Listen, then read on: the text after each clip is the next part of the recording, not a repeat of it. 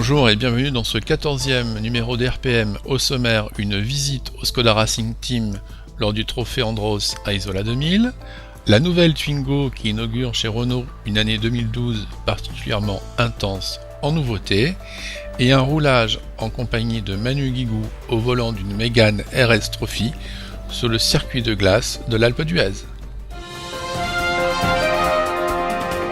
Je déclare l'Alpe d'Huez ouverte. Ah, il se passe des trucs.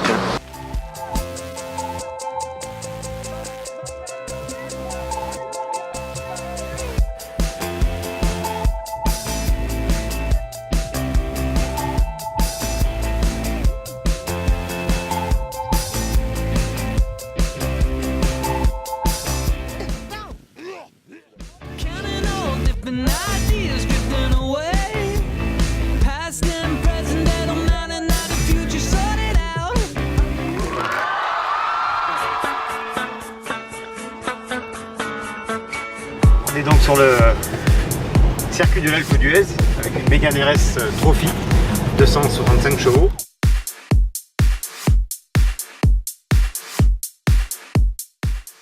Tu l'as fait toi? Non, tu vas le faire. Ouais.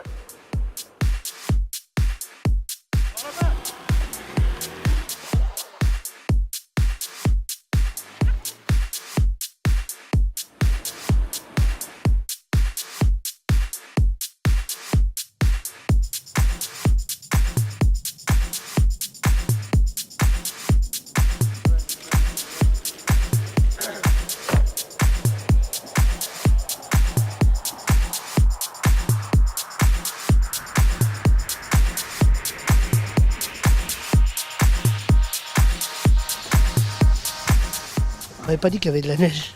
Je pensais que c'était un truc sur la plage, tout ça.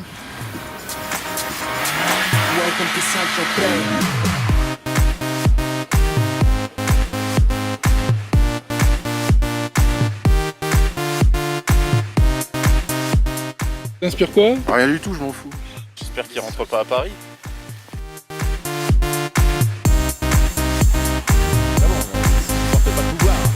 Activité interne.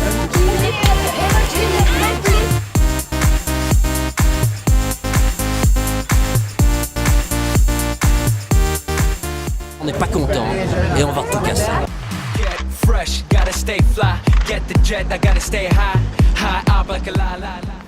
Merci beaucoup. Hein. Bye. So big I could live in the sea. You for real? You can't see me in these zero frames. The whole world changed. Mad bitches, so much broad. Feeling like when I wanna fuck them all. Getting that brain in my very fast car. Ferrari V12 Maranello on my arm. Ladies can't resist the charm. Haters kiss the ring of the dawn. J'ai appris à rouler à piloter sur le circuit de classe de Serre Chevalier.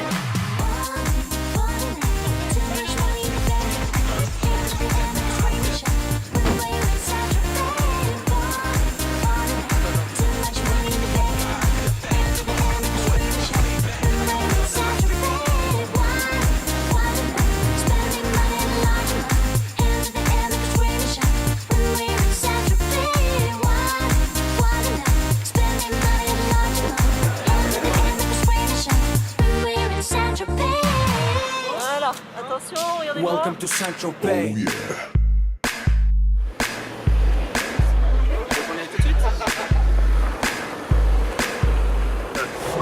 C'est pas très rapide la glace, mais c'est très amusant et puis c'est complémentaire de l'asphalte, puisqu'en fait quand on est pilote, il faut savoir rouler sur l'ensemble des surfaces, à la fois sur la terre, sur la glace et sur l'asphalte. C'est complètement complémentaire. Je dis pas que je suis en train de préparer ma saison d'asphalte, mais presque un peu, puisque pouvoir rouler sur la glace, c'est aussi un apprentissage, quoi.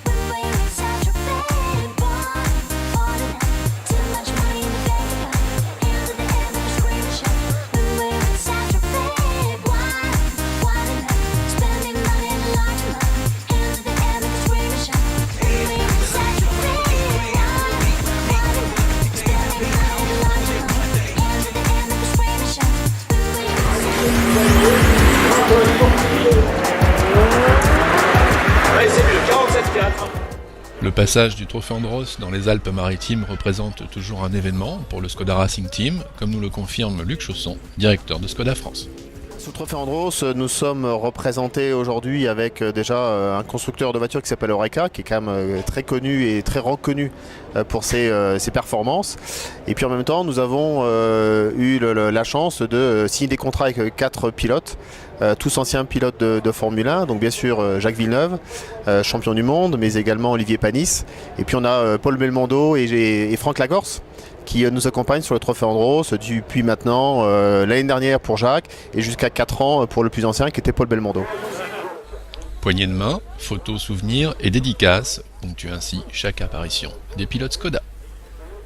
Alors, ils sont très populaires et en plus nous on attache beaucoup d'importance à ce que ces pilotes soient également accessibles. On ne peut pas nous imaginer une épreuve sportive sans que les clients, quels qu'ils soient d'ailleurs, puissent venir et assister à ce qui se passe dans l'atelier ou discuter, voire prendre une photo avec la pilote. Ça c'est très important. C'est aussi pour ça d'ailleurs qu'ils sont aussi populaires, je pense. Le Yeti, mascotte emblématique de la marque, est également très prisé par les plus petits. C'est une grosse bête plein de poils, très chaleureuse, donc il veut prendre des photos avec le Yeti. Mais en même temps les enfants et surtout les garçons sont quand même très intéressés par ce qui se passe dans l'atelier, donc qui sait, peut-être avons-nous des futurs pilotes dans les enfants qui viennent nous voir. Le Trophée Andros offre en effet un championnat unique en son genre, toujours très spectaculaire.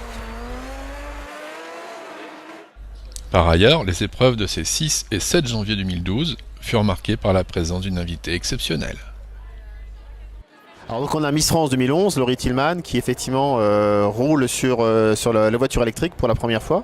Elle est ravie de faire ce qu'elle fait, elle adore découvrir le sport automobile, en plus sur une voiture électrique parce qu'elle est très attachée au développement durable dans ses missions, qu'elle a eu la chance de développer lorsqu'elle était Miss France et qu'elle continue à développer parce que c'est un investissement personnel.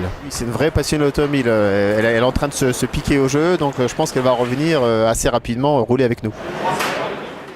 Laurie s'est vite familiarisée avec son bolide électrique, n'hésitant pas à demander quelques conseils à Margot Lafitte, le tout entre de nombreuses demandes de dédicaces et autres séances de photos souvenirs. Laurie, vous participez pour la première fois à une compétition automobile. Quelles sont vos impressions après un premier début de week-end de compétition ? Écoutez, déjà je suis très impressionnée parce que c'est ma première compétition automobile. En tant que Miss France, j'avais cette fascination du sport méca qui m'a toujours fait vibrer. Alors je regardais à la télé et j'ai pu le toucher du doigt grâce à cette année de Miss France. J'ai participé en tant que spectatrice au Grand Prix de Monaco. J'ai fait des essais de kart électrique avec Jean-Éric Verne qui maintenant se trouve en F1 chez Toro Rosso. Donc voilà, quelques petits essais qui m'ont fait comprendre que c'était vraiment quelque chose qui m'avait toujours fasciné depuis ma tendre enfance, que j'ai toujours rêvé d'avoir mon permis de conduire et tout. Et aujourd'hui de tester la course sur glace, je dois avouer que je suis séduite. Alors justement, une vraie passion de l'automobile, elle vous vient d'où cette passion ? Alors en fait, depuis que je suis toute petite, j'ai habité dans un appartement qui donnait en fait sur un feu rouge et où je voyais toutes les voitures, n'importe quelle marque passer et je notais celles que je voulais avoir plus tard. Et avec mon père, tous les dimanches, on allait conduire sur les parkings. Donc depuis que j'ai 6 ans, j'étais sur ses genoux et je pilotais le volant. Et à partir du moment où j'ai pu commander les pédales, je l'ai fait. Donc je crois que je devais avoir 10 ans.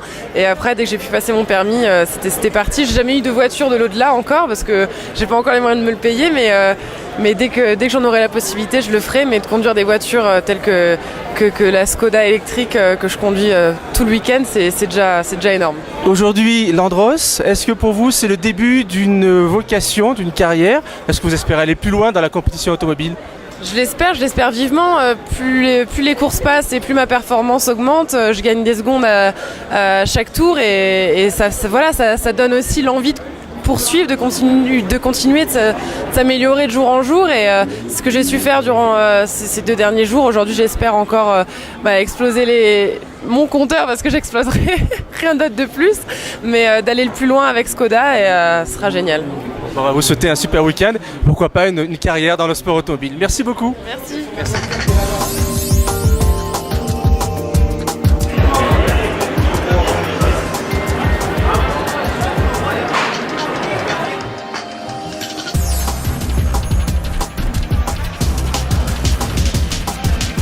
Dans l'actualité de ce mois de janvier, la sortie de la nouvelle Twingo ne vous aura certainement pas échappé.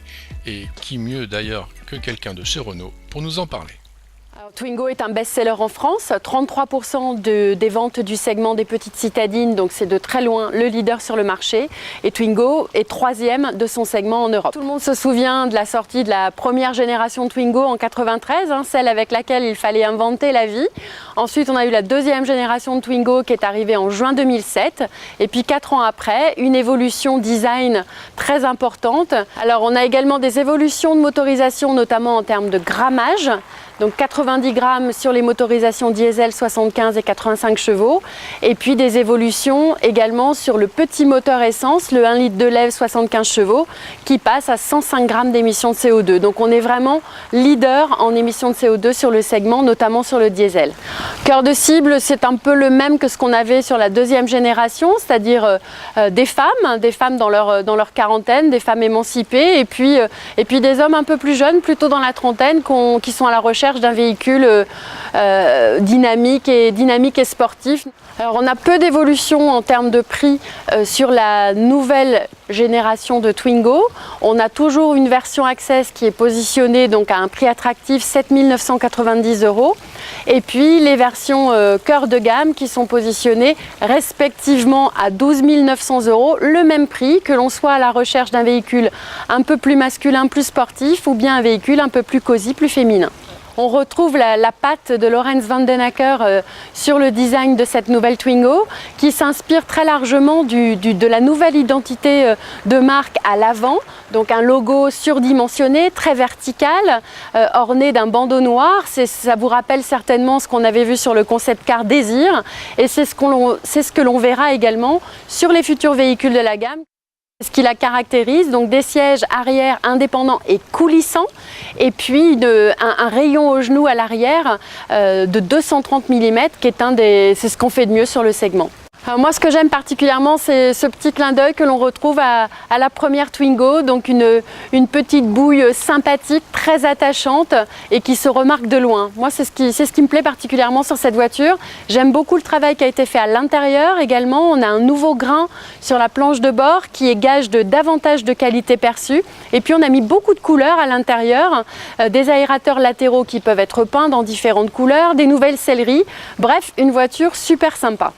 On a une large palette de personnalisation disponible sur la voiture, que ce soit donc à l'extérieur avec des strippings de toit qui sont montés directement en usine, donc gage de qualité pour la voiture, des coques de rétro, des embouts de baguettes, des jantes, des béquets, bref, chacun pourra configurer sa voiture dès la commande. Vous pouvez d'ailleurs vous amuser à jouer sur le configurateur qui est en ligne sur le site de Renault.fr. On a conservé tous les gènes dynamiques et la performance de la voiture, c'est-à-dire qu'elle est aussi agréable en ville que sur route, et c'est vraiment la petite citadine polyvalente du marché, sans aucun doute. On est bien positionné en maniabilité, en rayon de braquage, c'est vraiment une voiture très agréable à conduire en toute situation.